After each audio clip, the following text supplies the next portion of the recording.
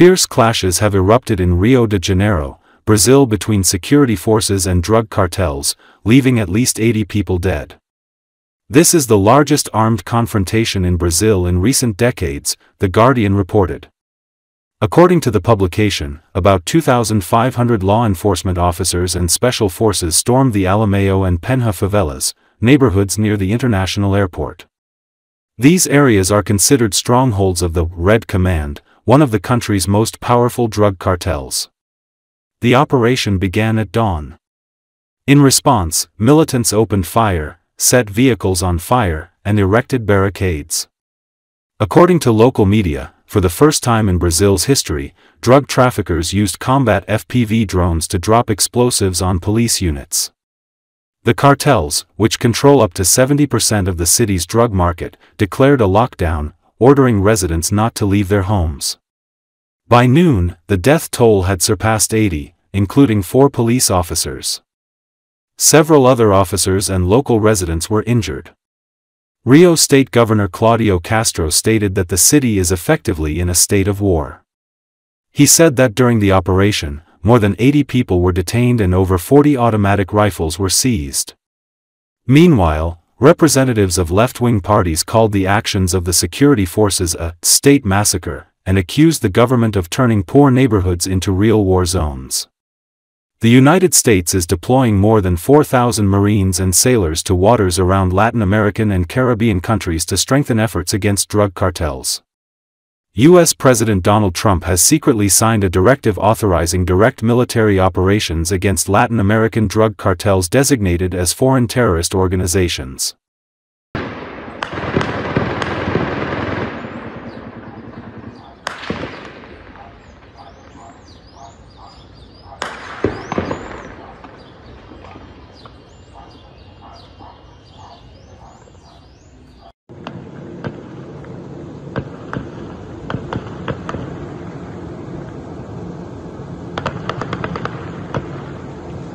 Chuva de tiro, hein?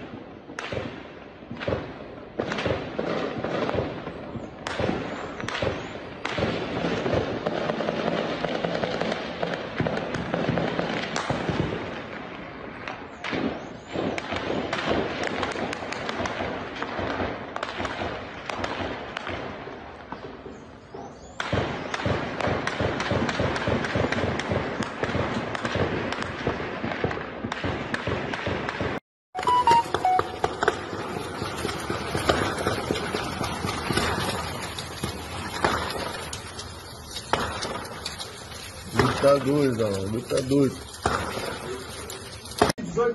Tava com a gente. 81, 82 e 118. 8182.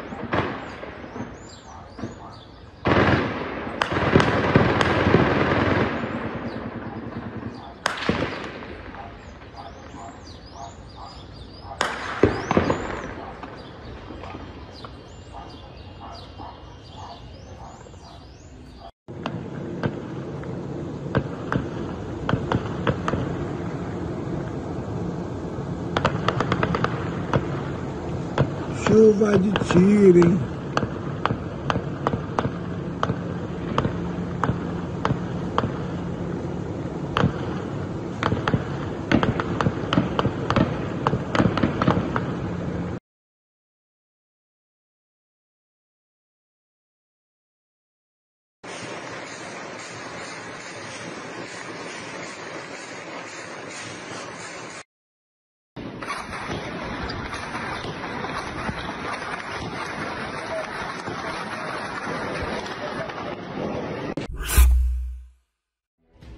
U.S. military struck 4 vessels in the Pacific Ocean on Monday, killing 14 alleged narco-terrorists, Defense Secretary Pete Hegseth wrote on X. One person survived the attack. Mexican authorities took over responsibility for rescuing the survivor. Hegseth didn't reveal whether that person would stay in their custody or be handed over to the U.S. According to Hegseth, the boats were operated by designated terrorist organizations, DTO, trafficking narcotics in the Eastern Pacific, and they were known to our intelligence apparatus. In his post, Hegseth included the video showing boats in the water being hit by the strikes and suddenly on fire. The defense secretary did not share information about from where the boats originated. Neither did he provide further details about the vessels or the alleged narcotics they were carrying. Monday's attack marked the 11th known incident involving a U.S. attack on drug-carrying boats in recent months, with the most recent one taking place in the Caribbean Sea on Friday. In an earlier attack in October, the U.S. military rescued 2 persons and later repatriated them to Colombia and Ecuador. U.S. President Donald Trump last week his administration will provide information about the strikes to Congress, adding that however, he won't seek a declaration of war.